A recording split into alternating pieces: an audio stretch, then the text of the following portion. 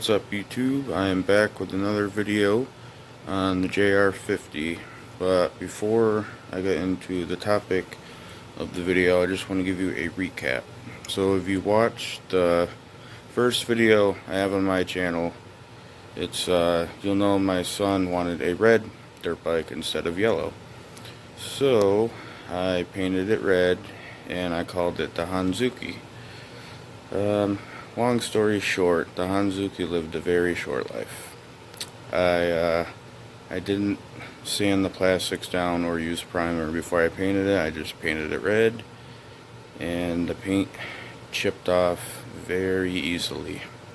Like, you can go up to it with your fingernail and just chip it away. And eventually that happened, and it just looked horrible. Looked like a bike was sponsored by McDonald's. So I took some paint stripper to it and got all the old red paint off, and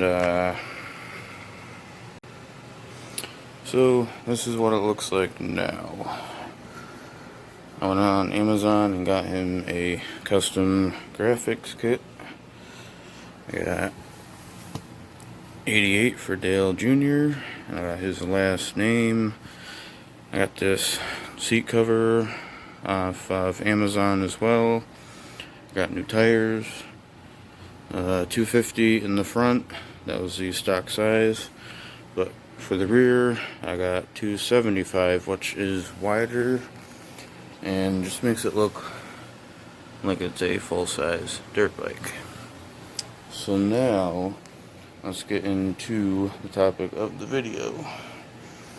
That's going to be deleting or bypassing the oil tank that's in here. So if you don't know, this is a two-stroke. They're oil injected, which means you add two-stroke oil to the tank and then straight gas into the gas tank, and then it mixes, and that's how you get your two-stroke. Well, some people are skeptical and think, you know, your oil pump inside here is going to stop working, so I'm just not going to use the tank and just put premix in the gas tank. But so you see this here, there's a hose that comes up here, your tank is behind here, this is a little window to let you see what level it's at. So first thing we're going to do is take this off.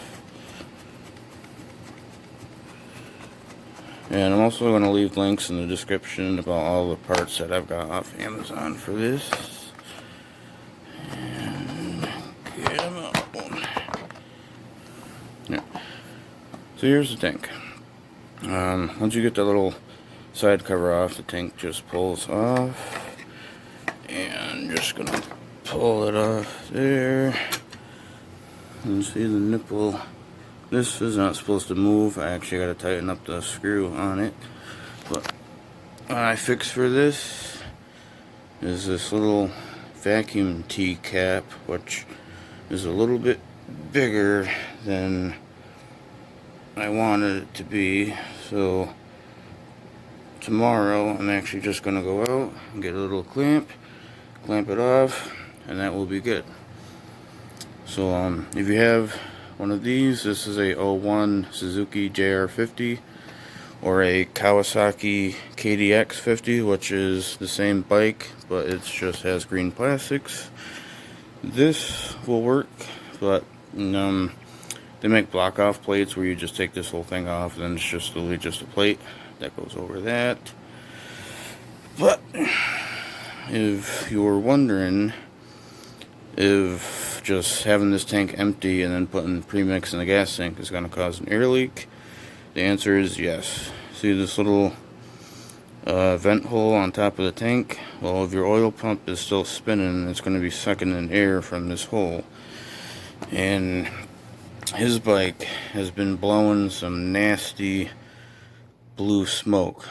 So hopefully maybe this will solve it, that it was sucking in too much air and it was causing too much crankcase pressure, and that the oil for the transmission was getting by the seal or the bearing, or the clutch side crank seal is bad, which I have new ones. I did the flywheel side already, but if I have to do that, then that's gonna get done, and that actually might be the next video.